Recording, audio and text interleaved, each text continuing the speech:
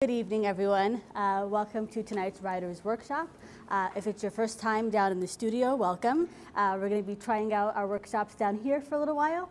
Our topic tonight is story elements, cliffhangers, and climax. And I'm thrilled to welcome back, guiding us tonight, local author Julian Parrott. Thank you. Well, it's great to be back, and what incredible space. What a community resource and asset the libraries in Champaign-Urbana are. As you can probably tell from the accent, I'm not from Champaign.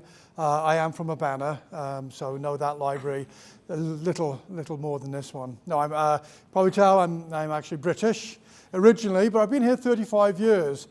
So thank you for being here, and I'm always really pleased when Salem asks me. I think now this is my third time in the Writers' Workshop, because I do feel a little bit of a phony, because I am not a writing teacher, quite far from it. My wife always tells me I'm not a writing teacher, but I have had 2 novels published, and I am working on my third, the second book of Love and Honor.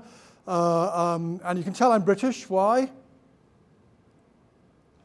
accent. My accent, well, thank you. But the U in honor there. So, I always say, I've had the 2 books. Well, the first book has been published. The of Love and Honor comes out sometime this fall. It's just about done with the editing at the publishers.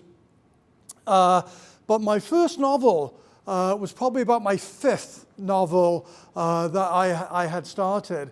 And when I was thinking about the topic for this, I really thought it was kind of pertinent for my own kind of journey writing that first novel, because very oddly, I began with the climax. I was inspired by an event. My wife and I were on a narrow boat going over a canal, over an aqueduct in the UK. And I'm a James Bond fan and have studied Ian Fleming and have even taught occasionally on James Bond and Ian Fleming. You can see a canal boat there. And I turned to my wife, who is cowering below decks on the narrow boat, because we're 126 feet without a fence on the valley below. And it was an early spring British day. It was crisp. This is in North Wales. We're going over a valley. In the distance, there are some hills with a castle on. There's beautiful grey, fat, pregnant clouds coming over the valley. And I turned to my wife in the bottom of the boat, and I said, this would make a great scene for an end of a James Bond movie. Bond is fighting a bad guy, presumably a Russian, and plow, the Russian goes over 126 feet to the valley floor below. And so I felt so, I thought about writing to the Bond people and said, I've got this great idea for you. But that night after dinner, I got my laptop out in the boat and I jotted down the scene. And what I thought was going to be the climax, I just thought this is such a cool scene, was the beginning of my novel. And so in a really strange way to me, it was what I imagined as the ending scene of the book really sort of inspired me to think about, okay, I've got this pivotal scene, which I thought was going to be the climax, and I needed to go back and find a story for these characters to come to this point, this moment in time.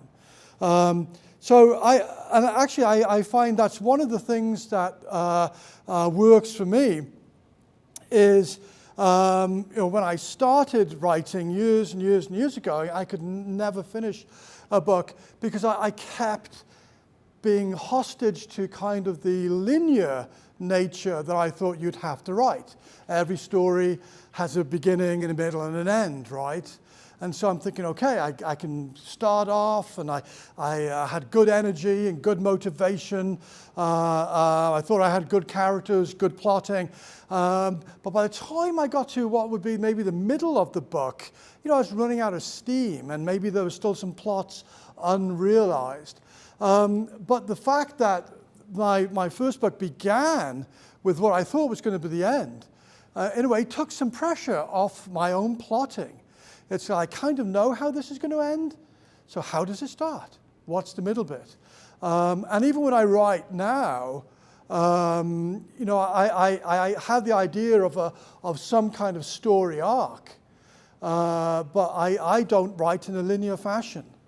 Sometimes it's a bit of an issue, because sometimes you think, oh my gosh, I got this great scene, and you'll go and write the great scene, and you think, oh, hang on a second, how do I get my characters to this scene?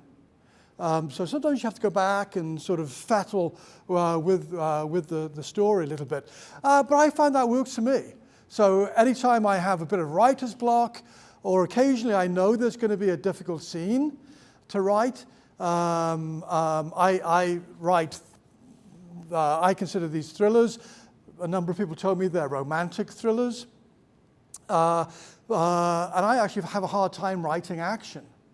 And so I'll actually sort of procrastinate a little bit, and I'll push the action scene off. And then I fall back on an old writing trick, which I picked up from reading Ian Fleming. Ian Fleming had multiple careers before he was an author with James Bond, but he was a journalist. He was a very good journalist. And if you read some of the Bond novels, you can come across clear scenes where Fleming is writing as a journalist. Something that happened to him. His description of countryside, of food, is incredibly resonant. And so I kind of will do the same thing. Is that if I'm struggling with a scene or I'm procrastinating, I'll think about a scene that's very, very vivid, or I'll go back to my characters and write a scene where the characters are talking to each other, because maybe I'm in a coffee shop and I hear some people talking and I think, oh, that's wonderful. I'm going to borrow that.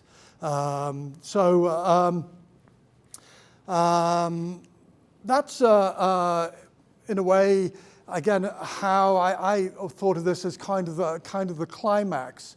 As I mentioned, I thought I was writing kind of a classic spy thriller. I've always loved the novels of Ian Fleming and lots of other kind of the more fantastical spy thrillers. But I really liked Eric Ambler, particularly when he's writing before World War II. Where the protagonist is usually an amateur. It's usually some poor guy who is in a tough part of Europe in the immediate pre-war period, Central Europe or the Balkans, and gets pulled into some international intrigue, often with the Nazis on one hand, but oddly with the Russians on the other hand, because it is pre-war, and sometimes, very oddly, the Russians are the good guys, right? Because the Russians were at that time the only country seeming to stand up against fascism. So I've always been inspired by the idea of throwing an ordinary person into this kind of international intrigue, but you can't just have your one ordinary person, right? So to me, you've got to have that one person's got to have a love interest. And so I created what I thought was my hero, my amateur spy, a retired military veteran who lives on a narrow boat, finds a love interest and a meet cute on an airline, and she took off. For me, and the more I kind of developed her character, the more she changed the plot. And so I really liked my characters. So I was not done with my characters for Fit for Purpose. So they pop up again. And wouldn't you know it, my poor amateur sort of espionage guys get dragged back into international espionage there as well. So this time I really did sort of like, okay, I need to embrace my inner romantic novelist. I'm writing about a couple of people in their mid-40s. They're a little world-weary and thought that romance and love had passed them by. So, you know, that became part of my plotting and also kind of became part of the cliffhangers and the kind of the resolution. So when I was thinking about plots, again, I had the same ideas of, you know, where are some pivotal scenes, how are those going to work out, how they're going to resolve, how they're going to ask questions, how are my characters going to be changed by their experiences. And at the same time, you know, I love my characters and I want my audience, you know, all 20 of them, to like my characters as well. So it's that sense of when you're looking at the plotting and you are putting your characters in challenging sort of situations and scenarios, you know, you want to treat your characters with respect. And you also want to treat your audience with respect as well. And so what do I mean by that? Well, again, you know, depending whatever kind of genre you're writing in, you know, you want there to be kind of a sense of reality. You know, and for me, my characters aren't fantastical. They don't have superpowers. And so they're going to have to respond to very, very difficult situations, as you and I would. So again, I think at least in the genre that I feel comfortable writing in, that's an important thing to do. And I always remember a book that I really loved was David Nicholls' One Day, which was all cliffhangers, because the conceit of that novel was the narrative is told about things that happened to a couple and some of their families and friends on one day a year.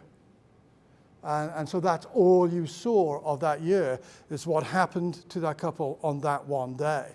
So it's a fascinating way of telling the story. But of course, you're always left with, oh my gosh, what's going to happen? And you obviously, it's well written, there's great character, you begin to have that parasocial relationship with the characters. Has anybody read it? You read it and you know what happens? Yeah, I mean, it's been like a decade. It's been a decade, and there was a movie, Anne Hathaway doing a Yorkshire accent. But somewhat surprising, the lead character dies. And my wife was reading it, and she screamed and threw the book across the room. And I said, why? And she goes, well, you know, I have developed that relationship with her, and I wanted her to be okay and be happy. And so for her, you know, the way that that character sort of ended in that book, and then the kind of the focus switches to her partner or ex-partner, you know, for me, I thought that was great because it was kind of shocking, but it was really interesting, it was really engaging. But for maybe other audience and other readers like my wife, it felt almost like a betrayal. I throw my email down there if anybody wants to, and I have it at the end as well. So as I said, I was thinking about the workshop prompt, and I obviously getting way ahead of myself with my slides there as well. So I was thinking that, boy, you know, I felt like I don't write that classic cliffhanger, and the author that jumped out in my mind immediately was Dan Brown. right? So the Da Vinci Code, pretty much every chapter is like, oh my gosh, they are caught by the bad people, or they're going to die in this horrible way, and it's, in a way, it's great, right? It's very much part of how we enjoy culture. It's the perils of Pauline, that kept you coming back to the cinema every Saturday morning to see how Pauline is going to get away from this one. That's a very old reference. But that was kind of his stick for the Da Vinci Code and its sequels. But I was thinking about my own work, and even though I felt like I didn't have cliffhangers there in the classic sense, that, oh my gosh, the chapter ends and I can't wait to see what happens. And that's perfectly valid. Obviously you want to engage, you want to incite, you want to have a page turner.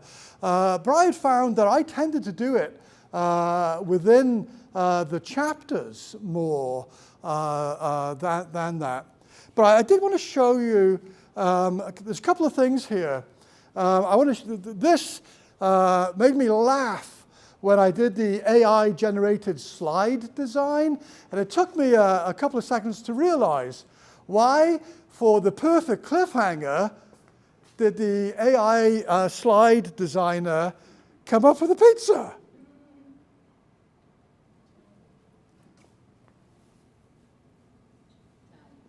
So it somehow read Italian and came up with a pizza. Oops. I know this is the movie, but I wanted to show you this. And I really want to get a sense of you, how you feel at the end of this scene. Has anybody seen this, the original movie? Yeah. You have? It is an absolutely brilliant movie. It's on YouTube, so we'll probably have to sit through some kind of ad. Yeah.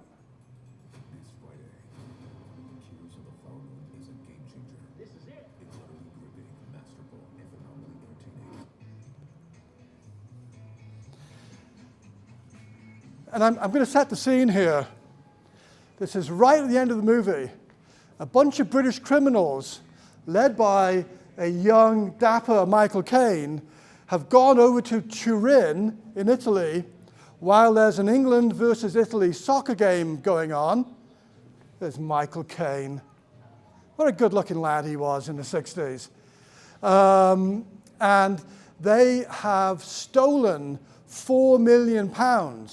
That's 1969, £4 million in gold bullion. There was an incredible chase across Turin using 1969 Mini Coopers. And they've loaded the gold on this coach. And they are working their way through the Italian Alps to freedom and a life of luxury.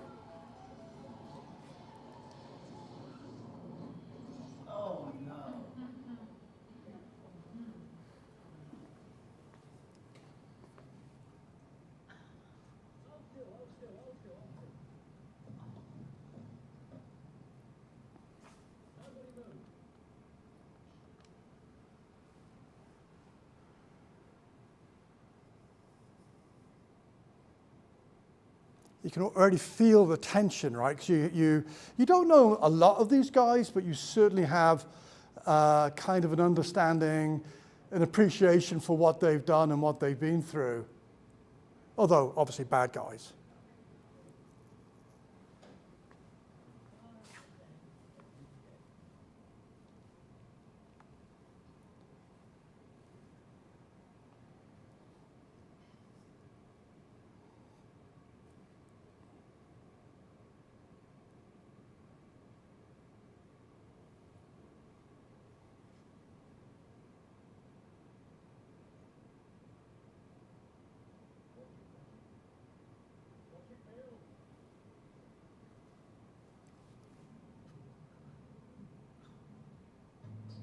Let's skip a little bit.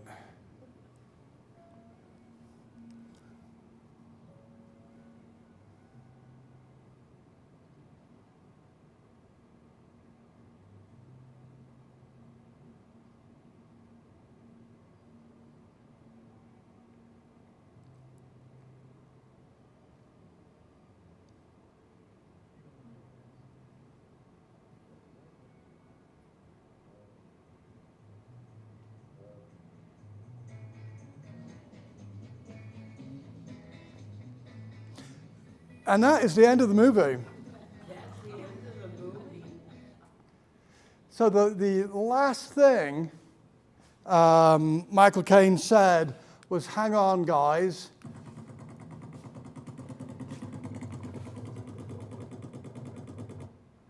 The last thing he said, I don't think you could hear it, was, "Hang on, guys, I've got a wonderful idea." And that's the end of the movie. Now, as a child, growing up in the UK, where this movie was shown every Christmas, and you had to watch it, I hated it. And it was like I would begin to watch it feeling somehow this year they would get away with their gold. And of course, it never happened.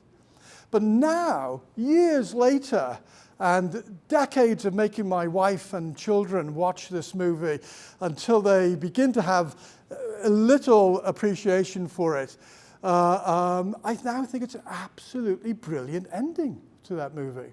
It's really kind of frustrating, but the other ending is that they either get caught by the police, or they're also being chased by the mafia as well, by the way.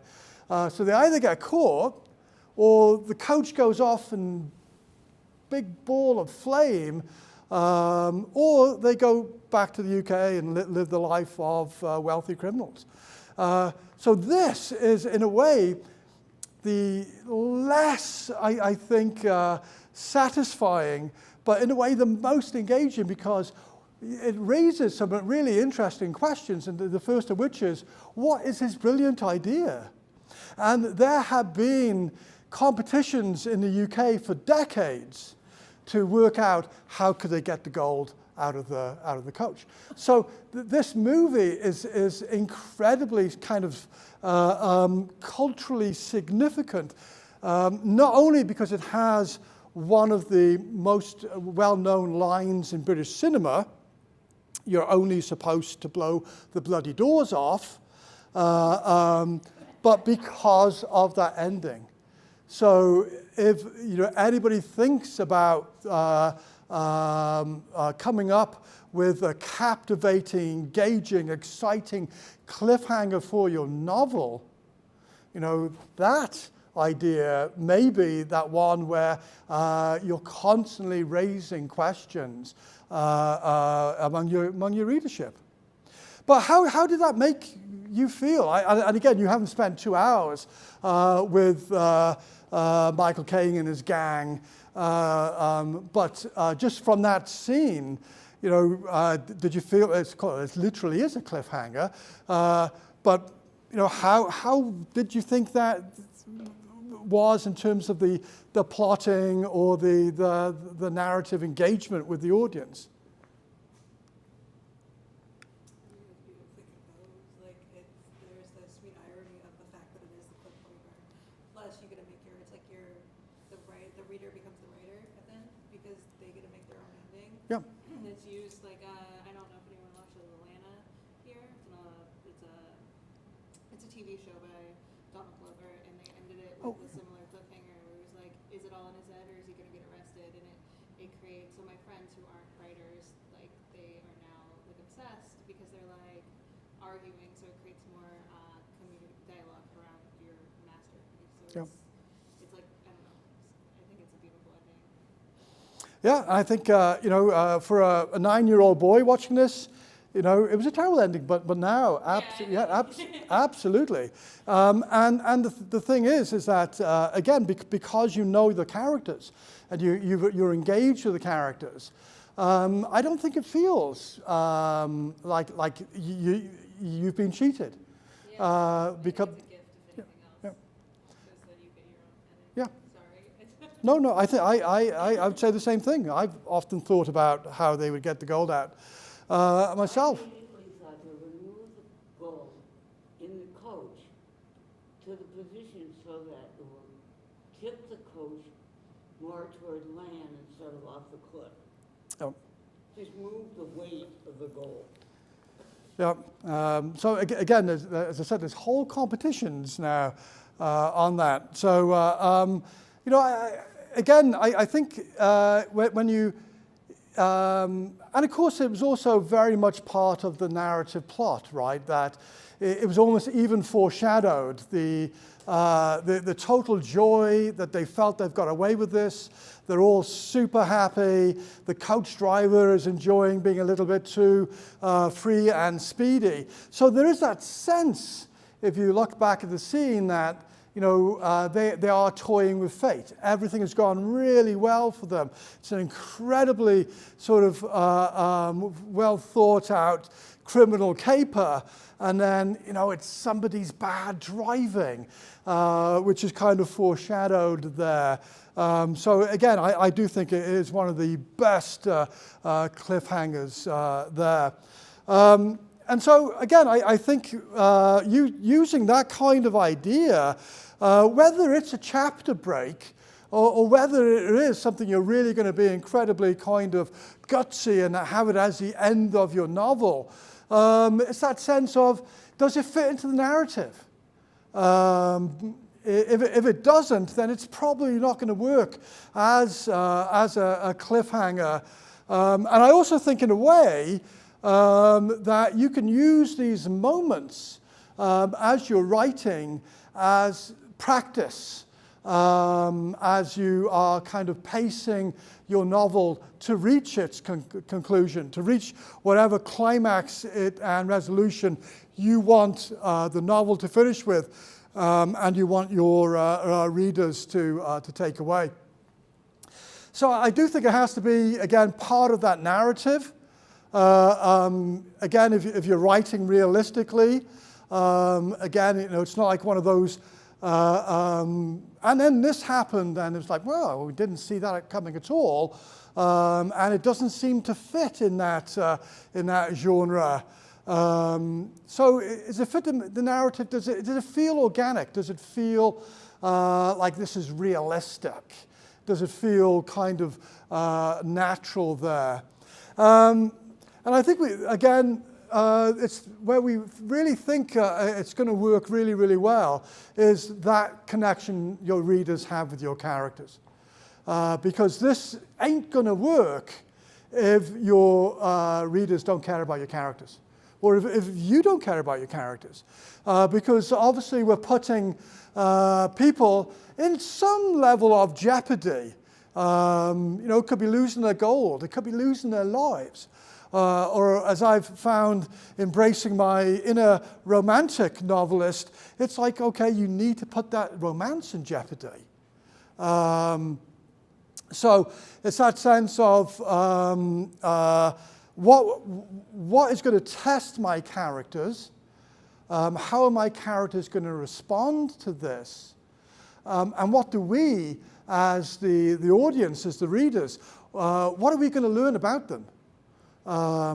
This kind of test. Because again, we're not just doing the climax, not doing the cliffhanger, just to kind of speed the plot along. We want real kind of growth from our characters. And so in a way, you want to make sure you have this understanding that you're feeling like your audience has that emotional investment in these people.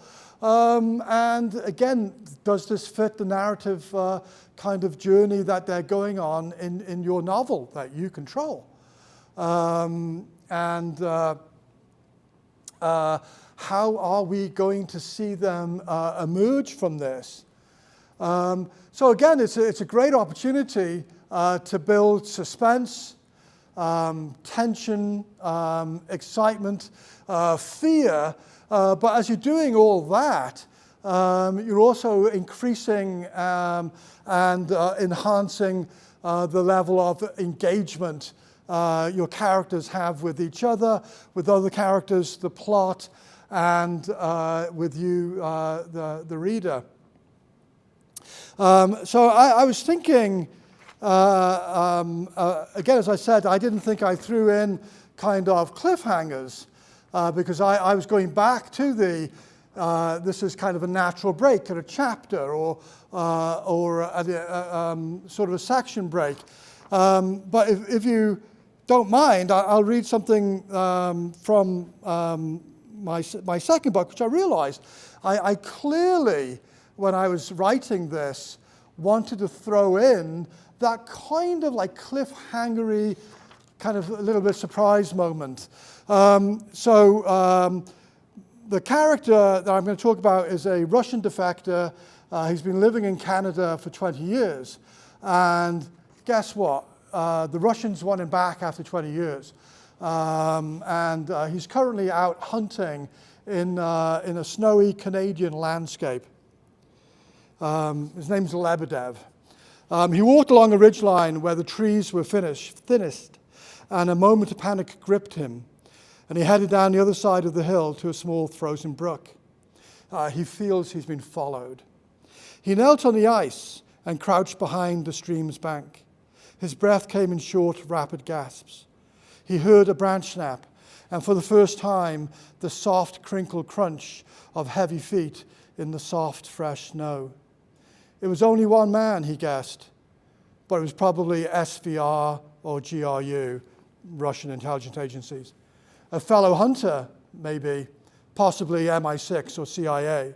Whoever it was had to be a professional. Lebedev had been followed since he had stopped for a quick drink from his hip flask in a clearing a couple of miles back. He now cocked both barrels, he's carrying a shotgun, and took off his right glove so his finger had easier access to the old gun's triggers.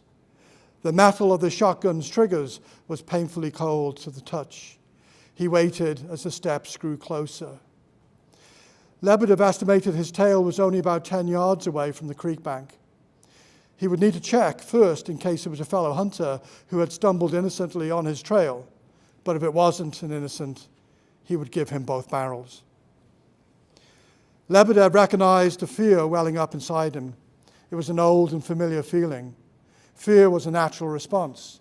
It quickened the senses and sharpened the mind, but you had to control it.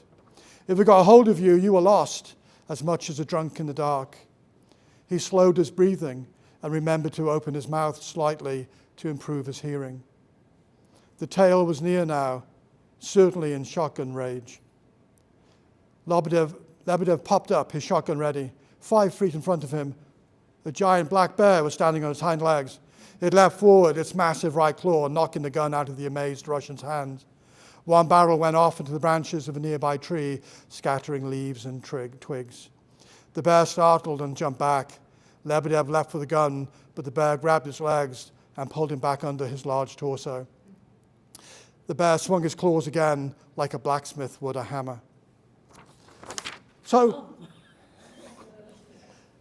our Russian friend escapes, again, I was thinking that it's kind of an internal kind of cliffhanger because the narrative arc, again, has led to that sense that this guy is a marked man, and the readers would know that. The readers don't know that's a bear. They are believing that they're seeing this situation through Lebedev's eyes, that he's been hunted, but been hunted by a professional assassin. And so the bear was kind of a nice, I thought, a nice element. But also, I wanted to show the reader that even after 20 years of living in kind of exile, pretending to be a retired academic, Lebedev still has this kind of military intelligence training.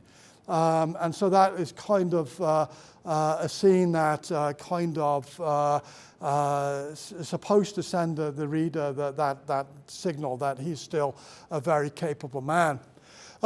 So the idea that I wanted here was, first of all, was to make people kind of have a little bit of a gasp moment, and maybe a sneaky smile when they realize it's a bear. But it does drive the story on, because somewhat ironically, the fact that Lebedev has to go to hospital alerts both the Western intelligence agencies, and because Western intelligence agencies are like sieves, the Russian intelligence agencies know where he is, and he comes after him. So this kind of raises questions. It's obviously this one does not resolve any issues, but it does kind of change the story arc. And for a reader of the novel at this point in time, they would have no idea where the story is going. Because I have put the characters in different places, literally in different places. We got characters in the UK, we got characters in Washington, D.C., we obviously got some bad guys in Moscow, and we got poor old Lebedev up in the wilds of Winnipeg. So again, it's an idea to keep that thing moving. I also, if you, as I said, embracing my inner romantic novelist, I was thinking, is there a cliffhanger at any time I have done it within the romantic arc? My two lovers are called Tom and Nia. And because they're in their mid-40s and had numerous relationships and 3 marriages between them, they can be a little bit prickly with each other.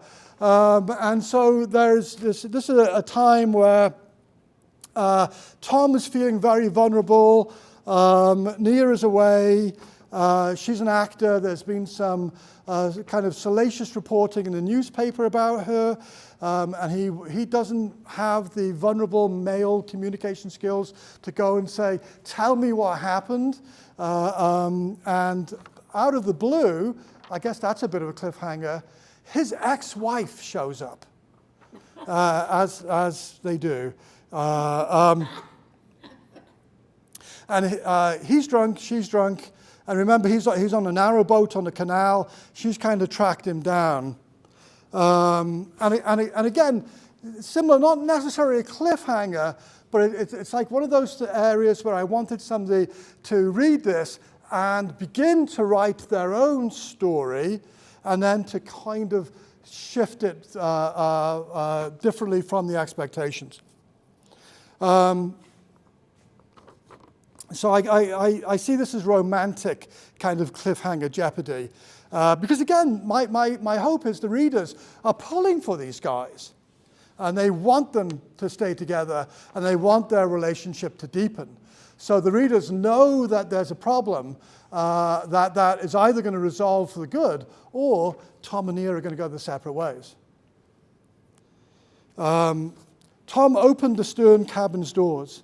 He slid the roof hatch open and guided Jackie into the boat. He was immediately embarrassed by bringing her directly into the bedroom cabin. Jackie sniffed visibly and smiled. Tom, Florist 89, if I'm not mistaken. You've got a new signature scent, haven't you? Better than the last one when we were together. What was that? Oh, yes. Tiger Balm Liniment, I believe. She smiled broadly. I approve of this one. Very James Bond. Tom quickly moved Jackie through to the bedroom cabin. Jack, Tom's dog, growled at Jackie as Tom led his ex-wife through the short corridor and galley and into the small, comfortable lounge area of the front cabin. Jackie took off her coat and sat in one of the 2 comfy chairs. Jack jumped up on the second, sat, stared at Jackie, and issued another low growl. Tea or coffee? Tom asked. He automatically began filling the well-used kettle and put it on the hob. As he did so, Tom surreptitiously observed the woman he had been married to for 5 years, but felt he had never really known. She was relaxed, sitting back in a chair, wearing jeans as tight as jodhpurs and a cream silk blouse, design and name expensive. A rather full, lacy red bra was visible through the silk.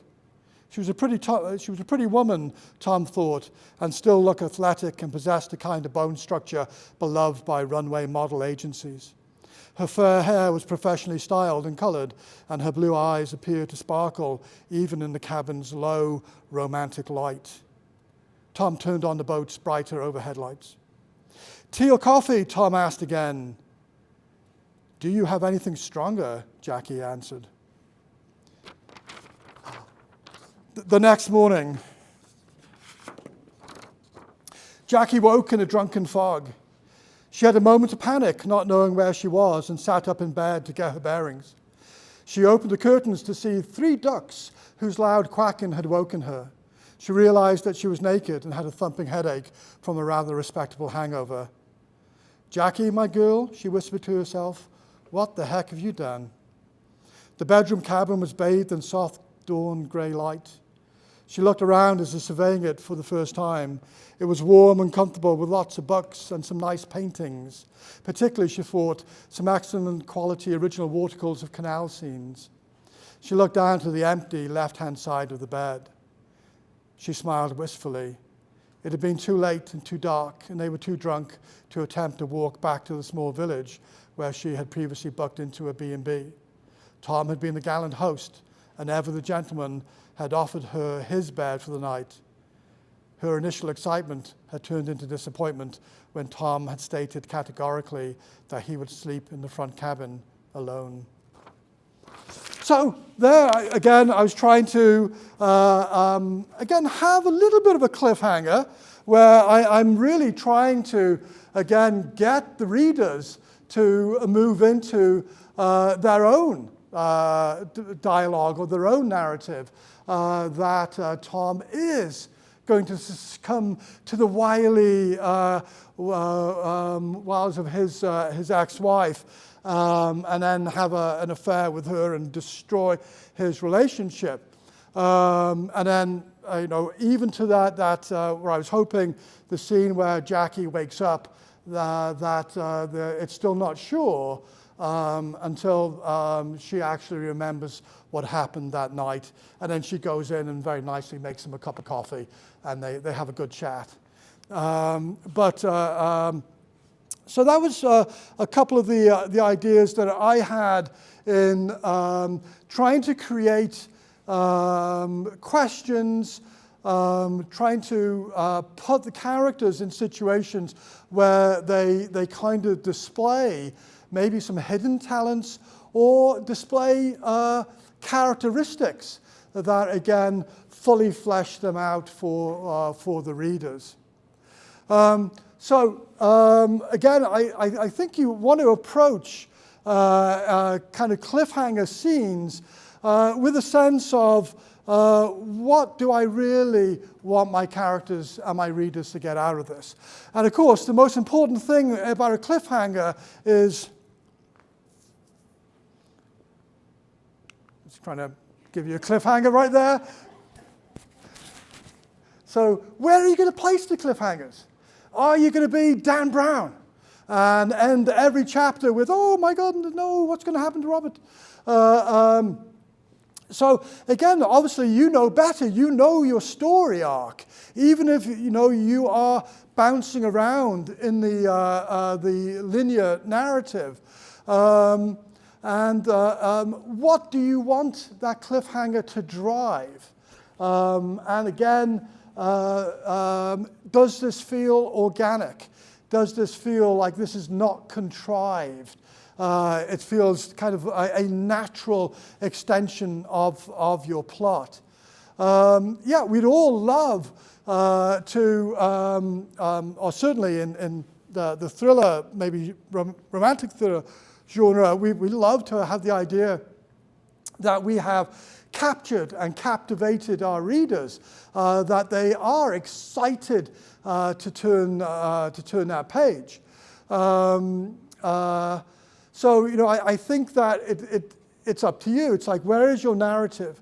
Are you going to use your giant cliffhanger as your climax?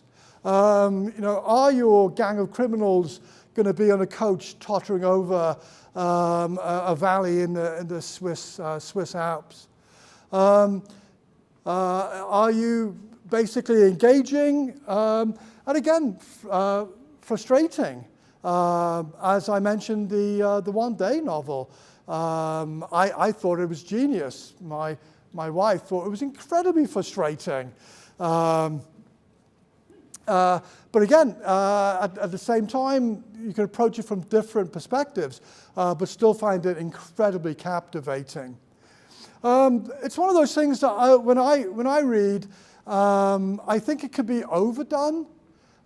because the more you do it, you're actually going to lose a little bit of that kind of originality or that organicness, right? That it's like, again, unless it's an incredibly long chase scene, which I guess Da Vinci Code really is, right? It's a really one long chase.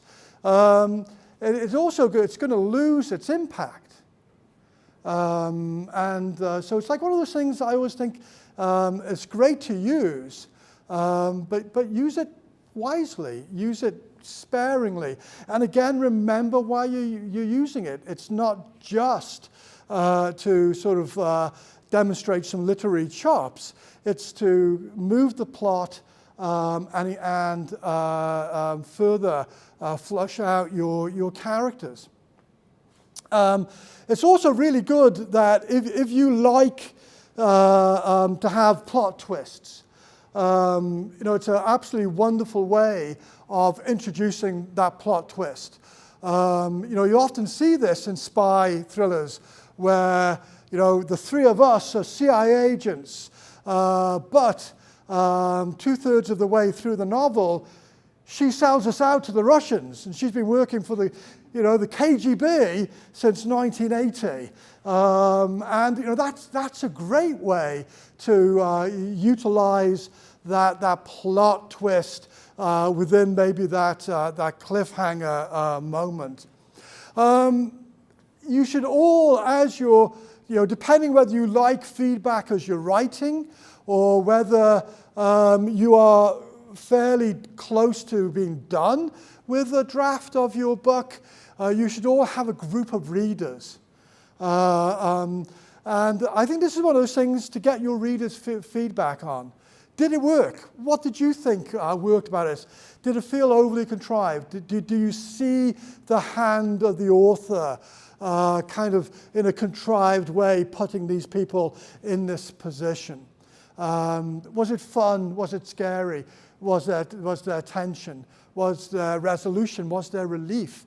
Again, did you feel for your characters? One of my favorite authors at the moment is it's difficult to call him a spy author because he's a genius, Mick Herron, who now his novels are filmed on Amazon TV. He's written a whole series of books now called the Slow Horses or Slough House or Jackson Lamb books. An absolutely brilliant conceit. It's like, what does MI5, the British Internal Intelligence Agency, do with failed spies? Because you can't just fire them, right? Because they're spies, they know stuff. They'll go and sell it to the Daily Mail or they'll go work for the Russians. So you send them to a unit that has the most boring jobs in the world, that's directed by the world's worst boss. And the whole idea is you grind these people down so they leave on their own accord. That's a brilliant conceit. And it's a brilliant inspiration. And this is, again, why everybody should just look around, observe life around you, listen to conversations in coffee shops. Mick Herron used to commute from Oxford to London every day. So he'd go on a train, a tube, and a bus. And he liked to be on the upper deck of a double-decker in London. And every morning he would pass this very nondescript, dirty office building, small, like 3-story house turned into an office building. And he would notice, because the bus would stop, like net curtains, dirty net curtains on a dirty window, and wondered, what the heck is going on in that office building? He never saw anybody go in or come out. And so he thought about, wouldn't this be a great place for MI5 to send its failed spies? And that was the whole inspiration for Slow Horses. But one of the things that I have a small issue with Mick Herron is that he's such a good writer. At times he can't contain how good a writer he is. And so you see his characters, and his novels are very funny, very cynical and very funny. And you could see his characters being placed sometimes lasting a couple of pages to come out at the end of that chapter or a chapter break with one zinger. And it's like you read enough of his books and you think, oh, I know what's coming. It's going to be, very, very funny, but sometimes I don't think it feels that kind of organic. So that's where your readers can help, I think, is giving you feedback on this, again, to see if it's reaching the kind of result that you want it to reach. So driving to the climax, as I said, I think your cliffhangers are a test. Because in a way, the classic cliffhanger looks like it's going to be possibly a resolution. And usually kind of one that's unsatisfying, right? Because all of a sudden it's like, damn, my characters are in this position, and then, okay, I now need to move on with the rest of the story. So the same kind of pacing that you have done, the same kind of investment you want your readers to put into it, you want to drive to that climax. Now, I don't necessarily feel like your last page has to be the climax. It certainly probably has to be pretty close. If your climax is in the center of the book, it's like, well, what am I reading the rest of it for? But one of the things that you want to do is, I think you want to have a sense of resolution. And I think I'm going to go back to Ian Fleming for a moment. In the novel Goldfinger, the resolution, the climax and the resolution Goldfinger is not as good as the movie. The movie actually is, I think, much better at doing that. Because Fleming clearly was kind of bored with the plot. So he spends 25 pages in Goldfinger writing about Bond's trip through France. And again, if you've seen the movie, that's when he has the beautiful Aston Martin, he checks on Goldfinger, he chases a pretty girl in a Mustang, before they find Goldfinger. In the book, that is 25 pages of absolutely beautiful journalistic description. The landscapes of France, the little towns and villages, the little riverside inns where he stops for a glass of wine and a sandwich.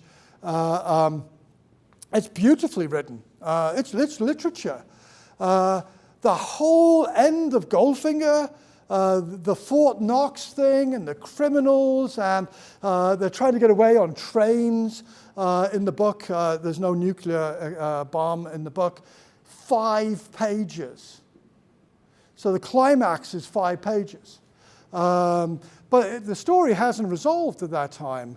So the story resolves where Bond is actually flying back to the UK, and the plane is taken over by Fleming's favorite villains, old Nazis who are now working for the KGB, and the plane crashes, and Bond survives. Again, it's a really good example of you're building the story to the climax, and it really does feel like it's the end of the plot, right? Because folks like Goldfinger and the bad guys are kind of done, and then you have this other resolution. And I think that's usually really what your readers are looking for, is that kind of resolution. Again, I think it's one of those things that they don't have to ride off into the sunset and live happily ever after. But wherever was the main sort of arc of the plot of that book should come to a successful resolution. And I know there's probably people here like me that when you start to read a book and you think, oh, hang on a second, this ain't going to finish. Somebody's writing a trilogy, and they're not going to end the story arc in this book. Now, I don't like that. Some people do. But I don't mind a trilogy, but I'd love that plot to be resolved in that one book. And we've probably all read books where you think like, we're halfway through the story. So I would always encourage you, again, I always think it's kind of respect for your characters, and I think that's one of those ways you have respect for your readers there too. So again, depending on what you're writing, how you're writing, who you're writing for, there's so many different ways of coming to that climax and that resolution. I use that kind of thriller climax, my guys survive. Usually, the Russian antagonist is dead.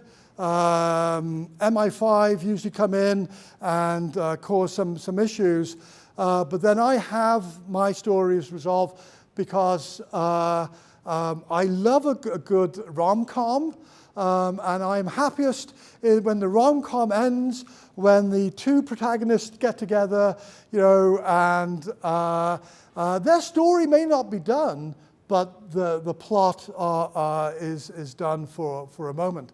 But that's me. You could certainly have a sad ending,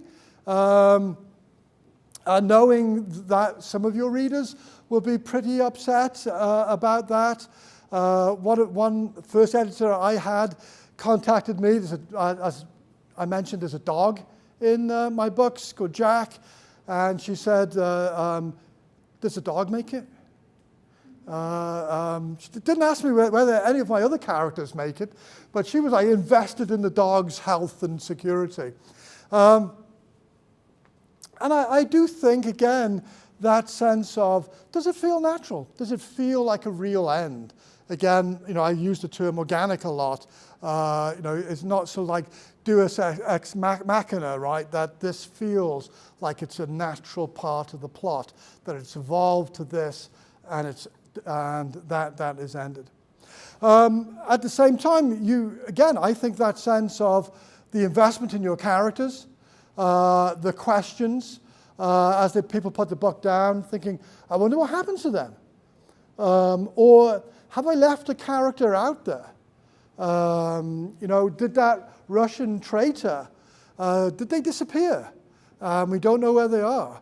Maybe there's clues. Again, you're foreshadowing for a sequel or a completely other different novel with that character. So again, based on what you're writing, I think again we want those readers to be page turning at the end of your first novel and then into your second novel as well. So that's about it. Again, I want to thank the AI slide designer. When I clicked on design that slide, that's what they came up with. And I wonder how they did that. So kind of interesting they picked up on the name there. We're out of time, but I'd love to stay and answer questions if anybody has any.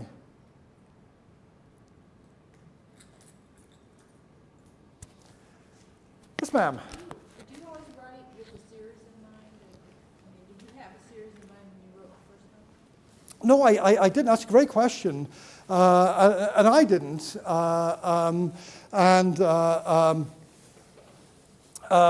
The thing that kind of inspired me was the creation of my female character, who was just going to be, I thought a minor character, but she kind of jumped off the page, and so I kept thinking about, okay, she's integral to this plot.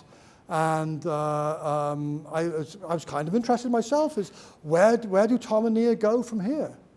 They survived an incredibly horrendous brush with kind of a Russian assassination squad, which is not too far-fetched. There's been at least 14 people in Europe who've been assassinated by Russians. So it was a sense of, okay, I'd like to see where they go from here. So they kind of inspired my second book, and I still feel I'm not quite done with them. So I'm thinking of a third book for them, but maybe a slightly different take. No more Russians. This one, Thomas Jefferson is going to make an appearance in almost a prologue cliffhanger for the third book. So. Thomas Jefferson. Time travel? Not time travel. Nia, my female protagonist, is Welsh. Thomas Jefferson was a Welsh American. And without giving too much plot away, so was Meriwether Lewis. And Jefferson needed Lewis, and actually this is a historical fact, Jefferson needed Lewis to go off on the Lewis and Clark expedition because he could speak and read Welsh. And so from Lewis and Clark and Thomas Jefferson to Nia Williams and her Welshness. And he's like her great-great-grandfather from the wrong side of the blanket, because that's what Thomas Jefferson did. Not quite, but Jefferson had lots of faults, and the idea would be that Jefferson is not presented in the best light. So that's where I am kind of right now with my plotting.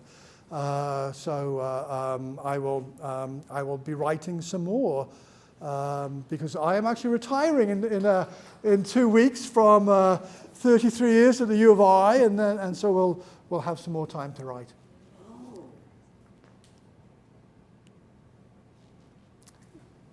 Any other questions? And my email's there. If anybody wants to follow up and have a question at any time, please feel free to reach out to me. And thank you again, Jim.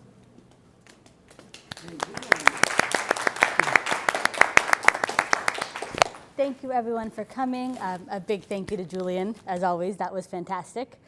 Just a reminder, we'll be back down here again on November 1st, Wednesday, November 1st, 7 p.m., and that's going to be the workshop Finishing Your Story. So that's the last workshop in the series before the contest closes on November 10th.